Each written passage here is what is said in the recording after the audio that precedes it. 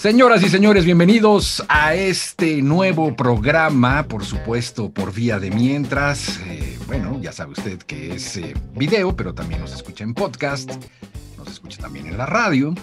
Así es que gracias a todos y cada uno de ustedes. Recuerden suscribirse porque eso es lo que nos hace generar contenidos y nos sigue poniendo la pila cada semana. Y hoy, como ya lo están viendo, ya está aquí nuestra invitada. Estamos muy contentos, de manteles extra largos.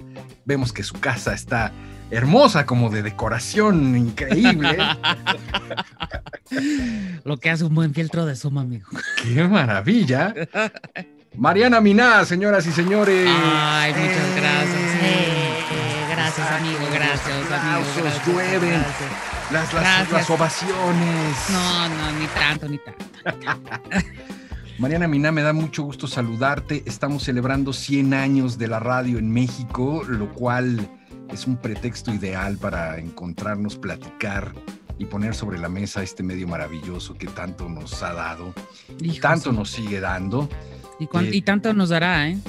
Que tanto nos dará y que también, por otro lado, pues tiene ya su fila de gente que está como, ¿sabes? Con la guadaña, esperando a ver a qué hora cae la cabeza, rueda la cabeza de uno de los medios más importantes de comunicación. Me hacen pensar en una cosa que decía mi papá. Digo, ya que vamos a empezar con las anécdotas.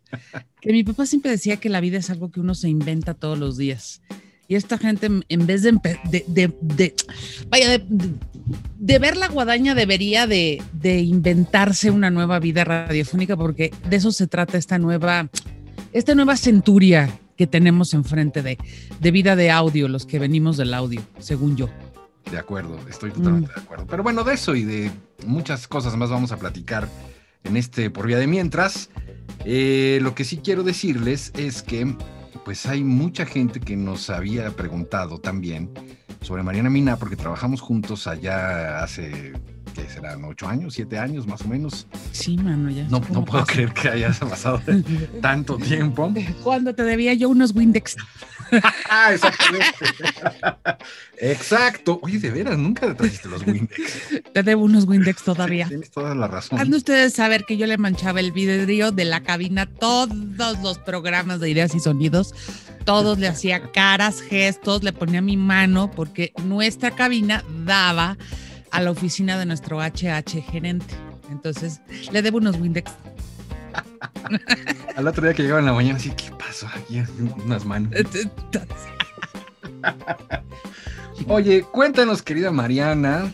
Muchos aterrizaron ya con tu voz y tu carrera adelantada, pero yo creo que muy pocos saben de dónde viene Mariana Miná. Muchos seguramente querrán saber también acerca de esos inicios, esos primeros pininos.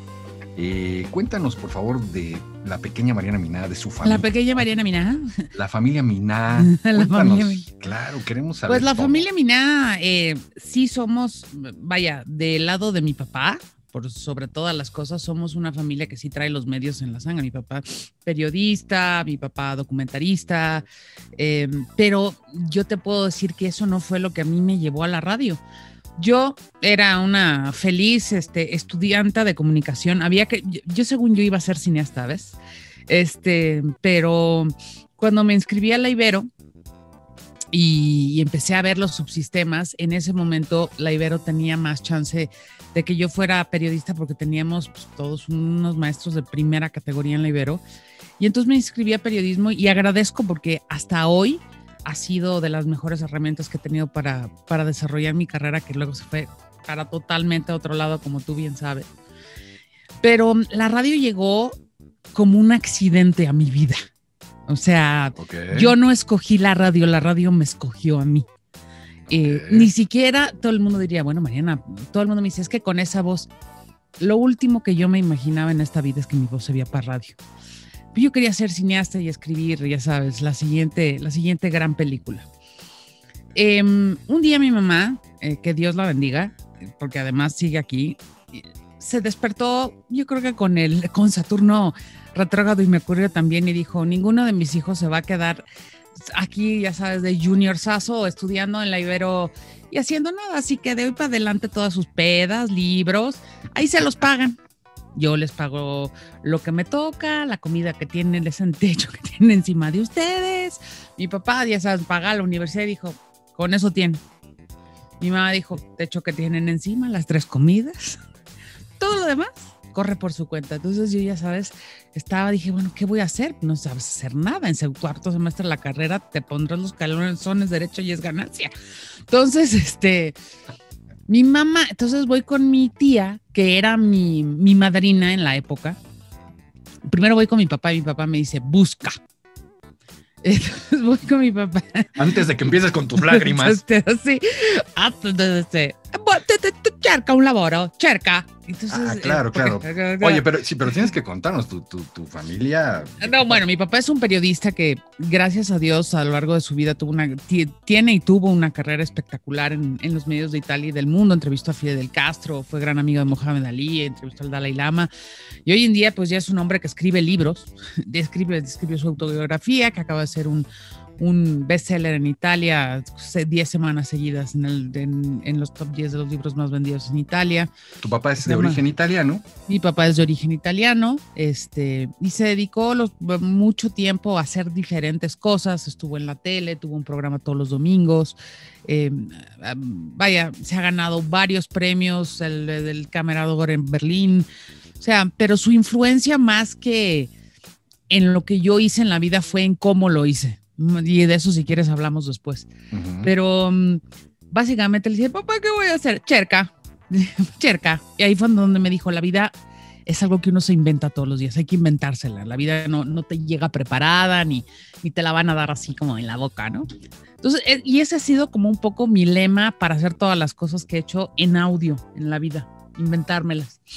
Y mi mamá, y entonces, pues nada, volteo a la izquierda y tengo una madrina, mi tía Isabel, que es lo máximo, que me dice, yo tengo un amigo que trabaja en radio y a ti te gusta la música. Otro de los grandes regalos que me dieron mis papás en esta vida es que son los dos musicoadictos. Por un lado, mi papá es muy jazz, lo que yo sé de jazz, mi mamá también, pero mi papá muy jazzero, muy bluesero.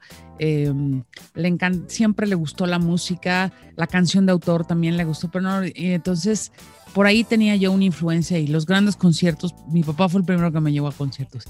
Y mi mamá también es una gran amante de la música, la ópera, la bossa nova, la música brasileña, el son, la salsa. Del lado de mi mamá todos son cubanos, entonces en mi casa, o sea, para un bautizo de muñeca hay fiesta. Entonces, wow, hay salsa. Entonces, esos, y mi mamá, mientras que mi papá es rollingstoniano, mi mamá es beatlesiana. Entonces, ahí fueron dos regalos un regalo importantísimo. Y dice, bueno, sí, mi tía, ¿sabes qué? Te voy a mandar con un amigo mío y me manda con los alas a Radio 1000. Y en Radio 1000, pues me dice, ¿qué quieres hacer? Pues no sabía hacer nada. ¿Qué edad tenías, Mariana? De verdad, he tenido 20 años, 21 años. No había hecho yo nada. Cuando te digo nada, que era yo una tarada mental. Además que yo en esa época todavía no sabía que tenía TDA, que ha sido una de las cosas con las cuales he tenido que vivir toda mi vida ya después de adulto, que es diferentísimo, pero entonces todo me daba pánico, porque cuando tienes TDA, haz de cuenta que te falta una capa de piel, entonces todo era, ¿qué voy a hacer? Entonces, gracias a Dios aterricé con la persona más alivianada de este planeta, que todavía me acuerdo de ella y de sus pelos largos hasta la cintura y de su cara sonriente, que era Katy Loretta, que hacía la única estación en inglés que había en México. Okay. Y me dijo, bueno, pues mira, hace esto, acomoda música y no sé qué. Entonces digo, yo en esa época pues oí un poco lo de mi mamá y lo de mi papá y lo que oíamos en la radio, o sea, Timbiriche Flans, Luis Miguel, lo que nos pasaban en la radio. Y yo desde esa época como que no tenía distinciones. Para mí la música era música. Como mi mamá oía un tipo de música, mi papá oía otro tipo de música, no podía yo decir, esto es caca y esto es bueno. Okay. Claro. o sea, porque si no, me quedaba sin oír música en alguna de las casas, porque mis papás estaban separados, ¿no? Me tocaba oír lo que hubiera y todo me gustaba. Entonces, y cultivando lo mío. Y Katy Loretta me dijo, bueno, ¿quieres trabajar en Rock 101? Porque no era la época, era la segunda época, no era la primera. Ya se había salido Luis Gerardo Salas. Entonces, pues llego con Jordi y Jordi, como corresponde a los recién llegados imberbes pañal cagado, a hacer copias y a llevar cafés. ¿Ok? Como debe de ser. Como debe de ser. Millennials, ustedes deben de aprender que cuando uno entra a un trabajo y no sabe hacer nada. Si voy por un café, millennial. ¿Sí? Disculpa, soy el gerente. Solo estoy esperando a que se muera el que está actualmente. Exactamente. Y entonces yo lo que le tenía que hacer era, en esa época, pues todavía las noticias nos llegaban por las agencias, por AP, por Reuters, y los tenías que descargar de la computadora. Entonces todas las noticias de música que salían se las tenía que bajar. Entonces ahí fue el primer gran roce con la cultura musical para mí, o sea, con ir aprendiendo de música, ¿no? Porque digo, al principio pues yo leía, ay, dice música. Entonces Jordi me decía, sí, pero eso es de música clásica, ¿qué me importa a mí de Daniel Barenboim? Ya sabes. Y así fue aprendiendo y esa fue una cultura. Gracias a Dios en mi camino también se interpusieron dos polos de la música completamente opuestos. Uno fue Clausen Hernández y el otro fue Iñaki Manero. Iñaki Manero, que se volvió también un gran amigo y un gran mentor. Entonces, pues ya, toca la segunda, como digo yo, la segunda revolución en Rock 101, se queda en Iñaki Clausen. Iñaki me empezó a usar para todo, desde hacer programaciones hasta un día me dijo, oye, se fueron los que hacen el programa de reggae, quiero hacer el programa de reggae. Bueno, pero eso te lo cuento después porque hubo un paso intermedio. Entonces Iñaki, cuando me puso a hacer programaciones, me dijo, ¿conoces esta música? Le dije, pues parte sí, parte no. Pues lo que no conozcas lo tienes que escuchar. Entonces Clausen me decía lo mismo. Entonces fui de oír The Mission UK, que yo nunca había usado, que ahora es The Mission, pero The Mission UK, pasando por Porno for Pyros, o sea, ahí fue otro repasón de música, por música inglesa, obscura, o sea, porque Clausen era darks. Luego emo, ahora quién sabe qué se llamen, que yo creo que Billie Eilish, por ejemplo, las raíces de Billie Eilish son eso, el dark, el emo, que no está bien, está bien. Entonces, y por otro lado Iñaki, que era súper rockero, entonces le encantaban los Foo Fighters y le encantaba, entonces súmala a lo que yo sabía, entonces yo ya iba cargando un costal de música entre mi mamá, mi papá, Clausen, así que, y en ese momento trabajaba, había muy buenos expertos de rock en español. Yo no había oído mucho rock en español hasta ese momento. ¿Por qué? Pues porque mis papás no son mexicanos. Entonces había oído mucho rock inglés, mucho rock pero entonces también empezó mi cultura del rock en español. Y que Café Tacuba y hacíamos pues, tocadas. Pues digo, yo creo que si hoy vemos lo que fueron, o sea, si hubo una estación que de cierta manera le dio origen a órbita, pues fue Rock 101. Entonces, bueno, un día hacen un promo. Ay, necesitamos voces para el promo. ¿Quién puede hacer? Entonces yo me valía. Yo daba boletos, bajaba, hacía promociones, oía música, acomodaba discos. ¿Cuántos discos acomodé en esta vida? No te puedo decir. Suena bien tu trabajo, ¿eh? No es por nada, pero... No, pues a esa edad era yo feliz. Dice, ¿qué hacer? Entonces bajo, hago el promo, salgo y veo casi que el productor se me queda viendo así. Y dije, hijo, ya la gente me van a correr. Dije, ya ahora sí, ya me fui a meter donde no me tenía que meter. ¿Ves por hacer las cosas, sabes? ¿Ves por hacer las cosas? ¿Por qué te quedaste? Oye, qué bonita voz tienes. Wow. Ok.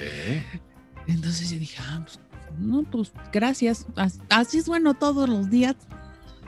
Yo no hice absolutamente nada. Y de ahí Iñaki se fueron, de ahí Iñaki me dice, oye, se fueron los que hacen el programa de reggae y lo necesitamos seguir manteniendo porque nos da rating. ¿Lo quieres hacer? Bueno, pues fui a la biblioteca y empecé a leer porque no sabía nada de reggae. Entonces, ahí agrégale otra cosa más que tuve que aprender. Y así fue así, cuando tú me dices, ¿de dónde vas agarrando? Pues es que así tuve que ir sumando. No te imagino conducir un programa de reggae. No, pues no te imagines, ignóralo, güey, porque debe de haber sido el peor programa de reggae de la historia del mundo. O sea, de la historia del mundo y es más, hoy le pido una disculpa a todos aquellos que ofendí. Es más, a la viuda de Bob Marley, y todos, a Ziggy Marley, a Demian, a todos, a los Toots and Mayals, a todos. Fui muy feliz. Un día se acaba Rock 101, me dicen, ya te vas, pues ya me voy. Pero me había quedado la cosa de la radio. Entonces, otra vez le hablo a mi papá y le digo, ¿tienes trabajo? Me dice, papá, bueno, yo tengo un amigo, velo a ver si te quiere dar trabajo. Digo, suertuda yo que su amigo se llamaba Ricardo Rocha. Okay. Que en ese momento era el director de... ¿Estaba en W? Sí, estaba en W, estaba en la W y era el director de lo que era Televisa Radio, que ya no existe, Televisa Radio, by the way. Uh-huh. Y me dice, mira, Martín Hernández y Luis Gerardo Salas van a volver a hacer WFM. Yo lo único que puedo hacer es dame un proyecto original y a ver si te lo aceptan. Yo dije, bueno. Y entonces me puse a pensar, original. Wow. Dije original. Wow. Ya sabes, o sea, no estás hablando con cualquier perro de la esquina, estabas hablando con Martín Hernández y Luis Gerardo Salas y dije, ¿yo de qué sé que no puede tener nadie en México? Pues de música italiana. Y así nació mi primer programa, hablándose de inventar la vida, original, Suono Italiano.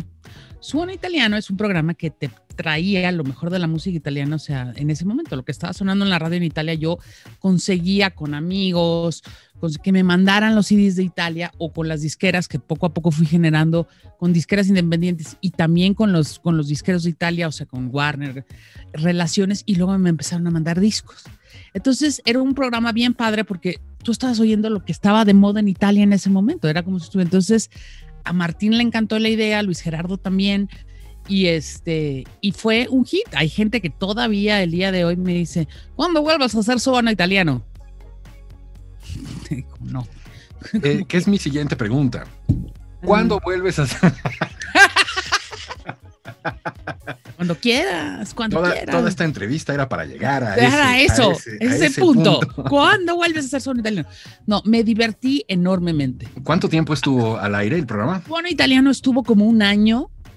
Luego Martín me puso al aire como locutora de todos los días, pero mi TDA estaba muy mal. A mí me ponía, o sea, esto te lo cuento como 20 años después descubrí que tenía TDA, y el TDA, cuando tienes situaciones de muchísima presión, te impide poder tener la soltura. Yo mi soltura de la radio se la debo a otro gran amigo que estuvo conmigo en el IMER, en órbita, que fue el gerente de órbita cuando yo entré, que me dijo, haz lo que quieras, y ahí se me quitaron los nervios. Pero cuando tienes TDA y tienes un gerente como Martín Hernández, que cuando te equivocas sonaba el teléfono y te decía, estás pa' mierte.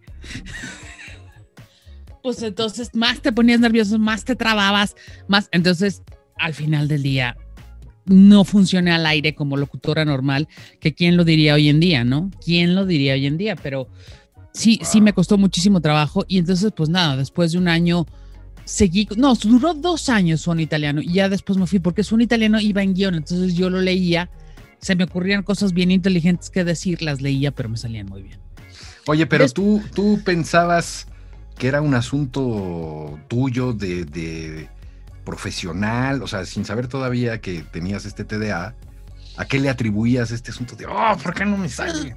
Porque yo creí que me ponía muy nerviosa y creí que de verdad no tenía las herramientas, o sea, creí que que había algo en mí que no funcionaba, que no tenía que ver, que tenía que ver con muchas otras cosas, ¿no? Y creo que, sabes, tener un papá que te decía, no puede ser, mi papá es un genio en esto, o sea, no puedo fallar. O sea, hay muchas cosas a esa edad y lo digo por toda la gente. Hoy en día, yo cada día más, y lo digo para toda la gente que quiere hacer una carrera creativa, una carrera de locución pública, el TDA es una cosa que te tienes que medicar, tienes que ir a terapia, son muchas cosas, ¿no? Pero poco a poco, y es una cosa que más te lesiona porque te va mermando tu confianza en ti mismo. Entonces, entras con más hándicap cada vez al micrófono, porque cada vez te sientes peor. Entonces, yo tuve que con los años ir recuperando esa confianza, pero sobre todo me tuve que ir encontrando quién era yo. Otra cosa que no te ayuda, y creo que es muy importante que maestros de la locución como tú le enseñan a los jóvenes. Gracias. Yo no quiero un otro yo quiero un tú, ¿no? O sea, en estos 100 años de la radio, la gente que se ha quedado con nosotros en los micrófonos es la gente que ha sido ella. O sea, yo no quiero otro Eric Montenegro. Para mí hay un solo Eric Montenegro y él habla de esa manera y me dice las cosas de esa manera y me hace sentir de una cierta manera al micrófono. Y creo que lo que pasa hoy en día en la radio, y porque la radio ha perdido también contra los medios digitales, es que llegó un momento en donde hubieron 5, 6, 7 personajes que se volvieron el estándar de la radio y toda la gente le quiso copiar el estilo a esos 6, 7 personajes, ¿no? Y ese es el gran error. Yo no quiero otro Eric Montenegro. O sea, ¿por qué quiero imitaciones si yo te amo? No quiero imitadores. Un día me llamaron, estando yo en WFM, me llamó el famosísimo Boy de Radioactivo. Me dice, me encanta tu voz. Piénsalo, si algún día te quieres venir a Radioactivo. Obviamente en ese momento había una pelea entre WFM y Radioactivo que yo nada más. Y además, muy osado el Boy, porque digo, hay que decirlo, que tepalcuanas me habló a la oficina de WFM sabiendo que Don Martín estaba ahí. Entonces le dije, no, mira, no te equivoques en este momento, pues yo soy una locutora de WFM. Entonces me habló y me dieron chance en Radioactivo. Y yo siempre digo, yo creo que fui la locutora con más corta estancia en Radioactivo, tuve creo que 3 meses, porque el TDA simplemente no me dejó. En Radioactivo ya había grandes monstruos, de ahí Lana, Rulo, era la época donde estaba Cha, estaba Edgar, y era una máquina. José Enrique. José Enrique. Entonces era una máquina que estaba súper bien aceitada. Y yo nada más no agarraba. Entré una vez para hacer una promoción con mi voz para cuando vino YouTube con el Pop Tour. Me quedé, me dieron un turno de 2 horas, pero no. Y la verdad, mira, yo creo que cuando me corrieron de Radioactivo fue una patada tan dura, porque pues digo, en ese momento ser locutor y estar en Radioactivo era todo lo que ser locutor podía ser. Y la verdad, yo todavía no estaba diagnosticada, entonces decía, ¿qué es lo que le pasa a mi cerebro, a mi ser? O sea, Brenda, tú quieres estar aquí y o no estás haciendo el trabajo o no te estás aprendiendo. No había nada que hacer, lo que no es para ti, no es para ti. Y básicamente de ahí como que agarré y dije, ¿sabes qué? La radio se puede por mí, por un buen rato. Y me fui a hacer otras cosas. Me puse a llevar artistas, desarrollé otro lado de mi carrera completamente. Pero un día, cuando había acabado la carrera, y ya estaba haciendo otras cosas, me puse a buscar chamba, me quedé sin chamba un rato y le hablé a Iñaki. Iñaki me dijo, necesitan una reportera. Yo había estudiado periodismo y dice, necesitan una reportera de entretenimiento aquí en Grupo Así. Y es de radio. Dije, reportera, bueno, pues lo leo. Yo ya estaba acostumbrada a leer. Y casi al mismo tiempo de que me pasó eso a mí, me diagnosticaron el TDA. Y el día que el médico me empezó a contar todas, o sea, la ciencia, y esto lo digo para cualquiera que tenga TDA, la ciencia médica en los últimos 10 años ha avanzado lo que no avanzó en los 50 anteriores sobre el TDA. Ya se sabe que es diferente en hombres y en mujeres, ya se sabe que, o sea, mientras los niños van a ser casi todos hiperactivos, las niñas no. Las niñas van a ser mucho más cohibidas, por ejemplo. Entonces, por eso yo tenía tanta pena y tanto miedo. Entonces, cuando yo lloraba porque decía, usted me conoce y me habla al tanteo.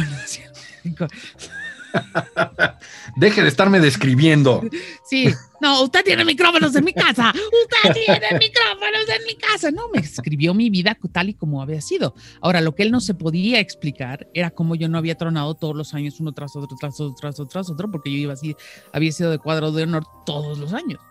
Y eso es gracias a la férrea disciplina de mi mamá, que a pesar de, o sea, me sentaba y porque me gusta el conocimiento, porque si no, no estaríamos teniendo esta plática. Y entonces, en ese momento dije, ya entendí. Obviamente, terapia médica, terapia de medicinas, y entonces todo empezó a cliquear. Empecé a agarrar un ritmo. Antes de eso había trabajado en órbita y ahí también empecé a sentir un poquito más de soltura, porque el gerente en aquella época, que se me va su nombre, que hoy en día lleva grupos de rock en español.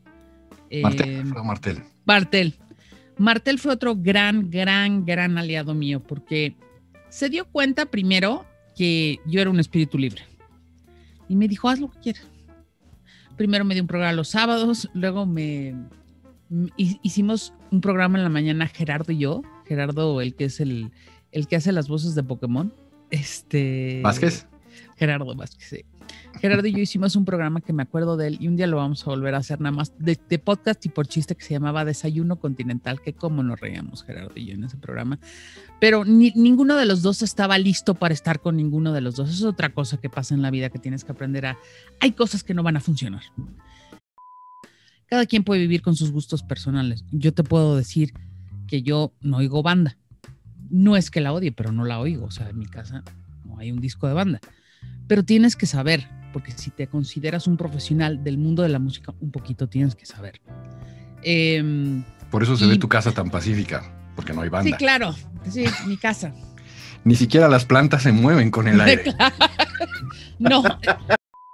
Una vez trabajamos juntos para un proyecto de Televisa que fue para la parte digital de las aplicaciones que estaba haciendo Televisa sobre sus exposiciones y demás.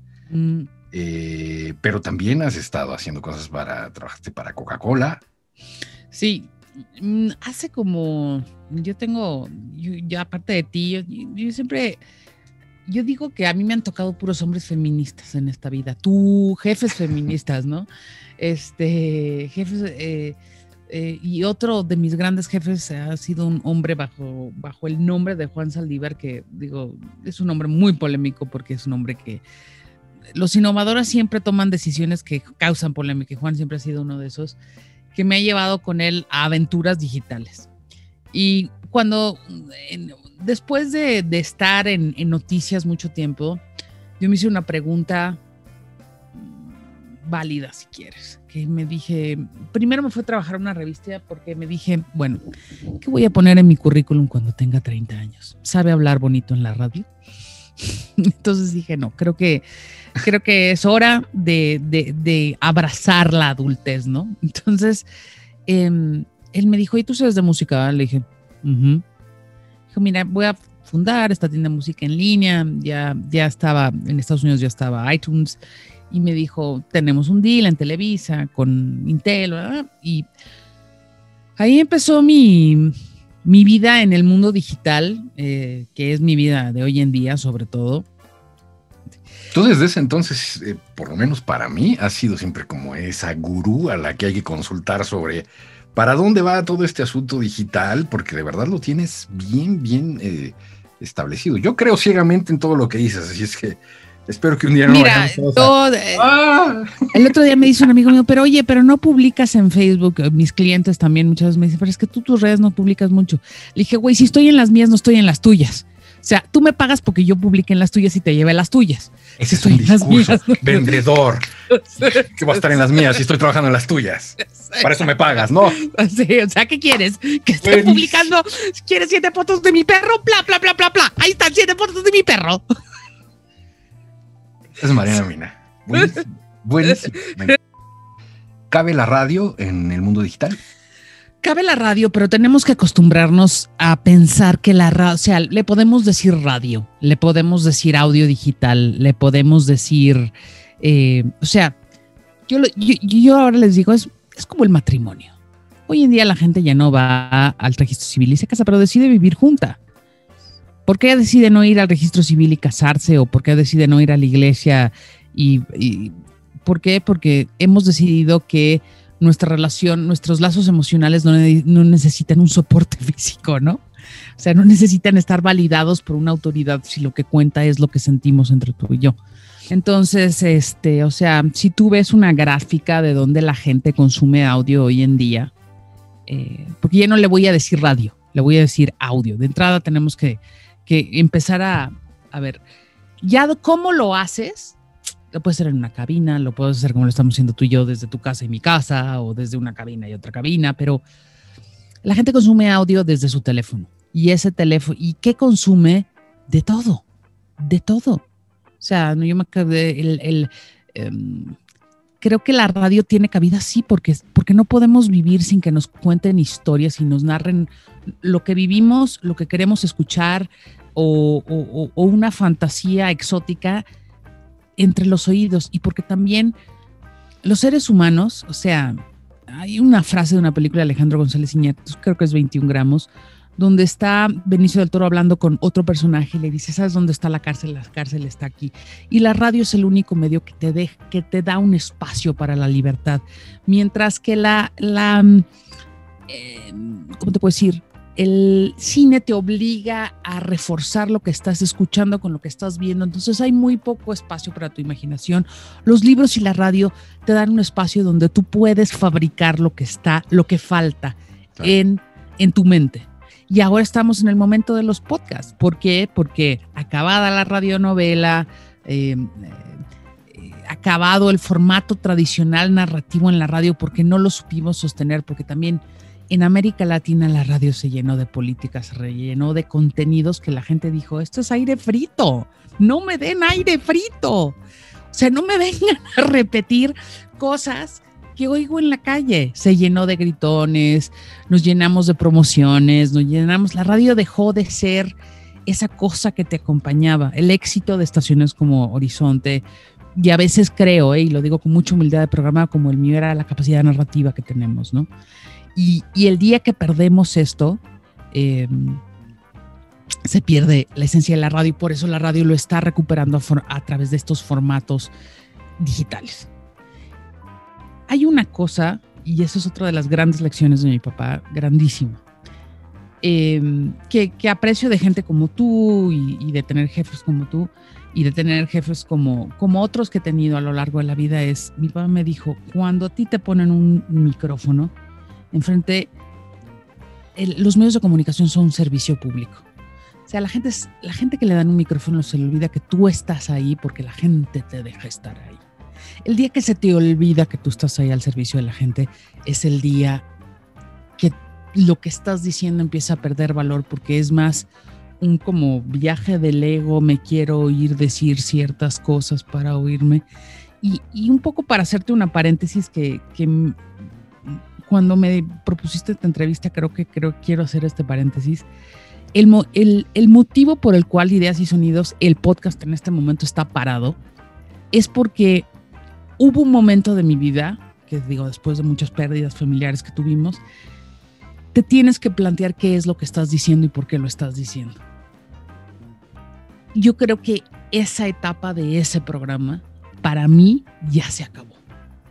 Lo hemos platicado muchas veces tú y yo. Entonces, para todos los fans del programa, para mí es muy importante que sepan que yo no abro el micrófono, al menos que yo no crea que lo que les voy a decir va a servir de algo, porque es un servicio público. Oye, finalmente, para recapitular un poco, hablábamos de estos medios digitales, de transformación, de si la radio cabe. Deberíamos de entender entonces que quizás lo que se va a mover es el contenido hacia otros lugares y quizás el instrumento de transporte es el que se va a ver ahí modificado, es decir, la radio convencional, las estaciones de radio con sus antenas y demás, de pronto será que se quedarán sin los contenidos más atractivos porque están ahora en otro lado. Mira, yo me dedico a esto ya, voy a cumplir mi año 20 de esta cosa y te voy a decir las verdades. Ahí les van las verdades, hermanos. Vengan las verdades. Duras pero cotidianas. Uno, hay cosas que nunca van a cambiar de la radio. Se necesitan narradores, se necesitan gente de oficio. La radio es un oficio, no es y se necesitan historias. Y ahora además estos aparatitos viven en nuestra vida. Uh-huh. Entonces tienes mi atención. Antes no existían estos que te aíslan del universo, pero ahora sí. Y la gente en lo que se transporta de un lugar a otro ya no va leyendo el periódico, la vez que va oyendo cosas. Claro. Entonces hay más espacios. ¿Cómo tenemos que dejar de pensar en esa caja y en esas ondas hertzianas? Porque ya no son lo que determinan. Sí. Multicast es la palabra. Exacto. No solo multicast, multimedia. O sea, ya la radio, o sea, tú puedes escuchar, hoy en día estábamos nosotros viendo una métrica hace poco, en la asociación de radio, yo trabajo mucho también con la radio para latinos en Estados Unidos, que los latinos oyen muchas cosas de audio, o sea, igual lo que hay es una pintura de Van Gogh, la pintura de los perros de los perros de jugando póker. Ajá. Pero lo que están escuchando es un audio en YouTube, ¿sí me entiendes? O sea, sí, claro. El tema ya no es ni siquiera qué están viendo, es que están escuchando. Entonces, ¿cómo vas a volver ese audio? ¿Cómo vas a poner ese audio en diferentes lugares de diferentes maneras? Hay formatos, hoy precisamente, hoy que es 20, que estamos grabando esto, que es 20 de abril, Facebook acaba de anunciar que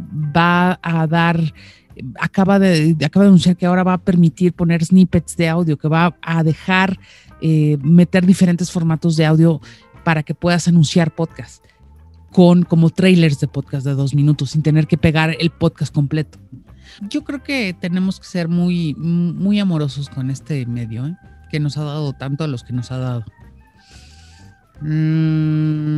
Hay muchos grandes creativos han salido de la radio y igual no le decimos radio dentro de 100 años, pero el gozo que le vamos a seguir sacando va a ser el mismo, Olvídate. Mariana, mil gracias por... No, gracias a ti, siempre es un placer hacer, desde ponerme briaga hasta hacer programas de radio.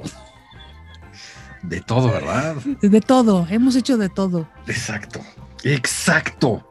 Oigan, lo que sí quiero decirles es que quizás para todos los que quieran ponerse en contacto contigo, ya vimos que no eres muy del perrito y demás, pero a lo mejor quizás recibirás. No, totalmente, mensajes. Digo, sí las contesto, cómo no, mi Twitter es @mariana_Mina, ese siempre lo contesto, y mi Instagram es mminag, y también todos los medios de todas las redes de ideas y sonidos siguen vivas y las sigo contestando y sigo publicando cosas.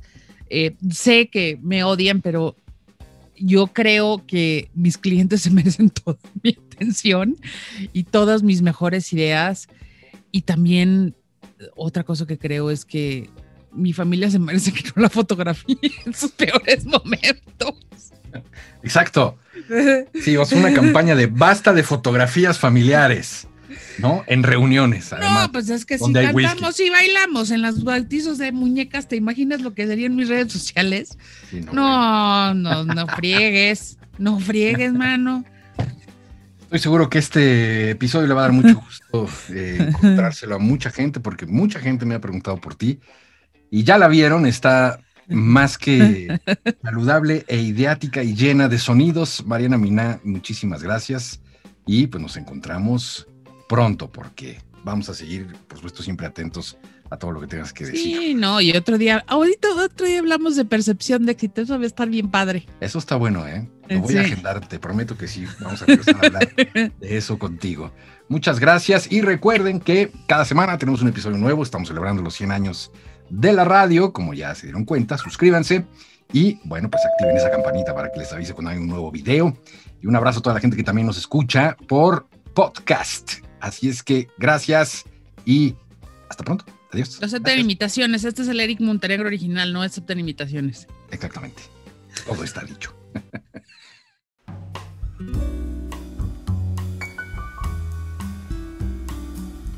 Adriana Smith y yo, que en paz descanse, no sé cuánto le extraño. Primero quiero decirle al público que a mí, cuando se fue Adriana, se me fue una de mis grandes amigas de la vida.